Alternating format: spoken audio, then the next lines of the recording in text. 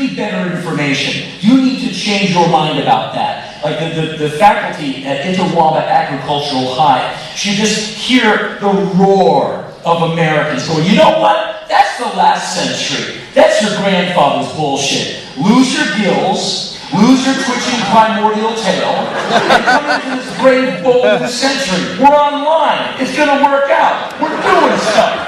We're making up things. We're moving forward. We're doing stuff. Are you kidding? You still want to be back there with that? And I think we should make this generational, where it dies with our grandparents. Because certainly, I don't think any of you would go, yeah, they're perverts, they shouldn't go to the dance, those damn queers. But maybe some of you have a grandfather who's sitting there like, you know, those damn queers.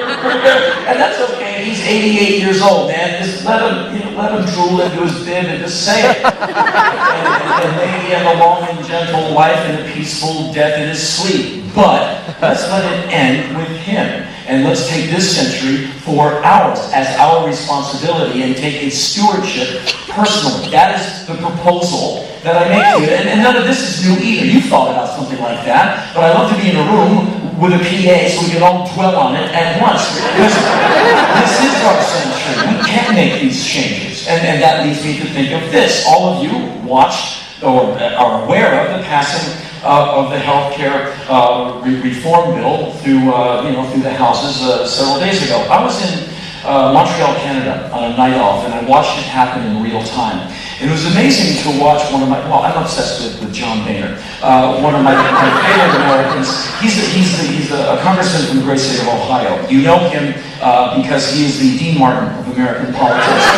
And that he's perpetually tan and not always sober in public. And if you have time to do this, since he's the minority leader, rather, watch him on the news. Watch how his tint changes through the week. Because he's on television almost every day. And I watch him as often as possible. Quite often at the beginning of the week, his tint will be this kind of glowing orange, carroty, chemo radiation. And then by day 2, he's this rich mahogany. And by day 3, he's a greenish-brown cigar powder. And by the end of the week, he looks a little drawn. Sometimes his hair changes direction, and I don't know whether the hairpiece is looking for water or what.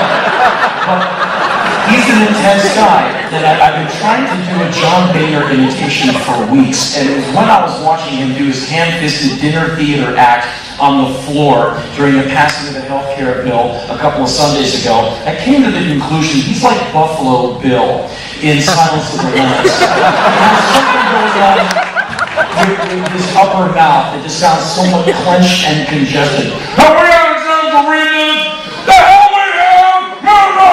And I was watching him glow brownly in my hotel room, thinking to myself, you're about to lose. You are yelling and jumping up and down, and you're about to lose. And then I touched myself. It was a great moment.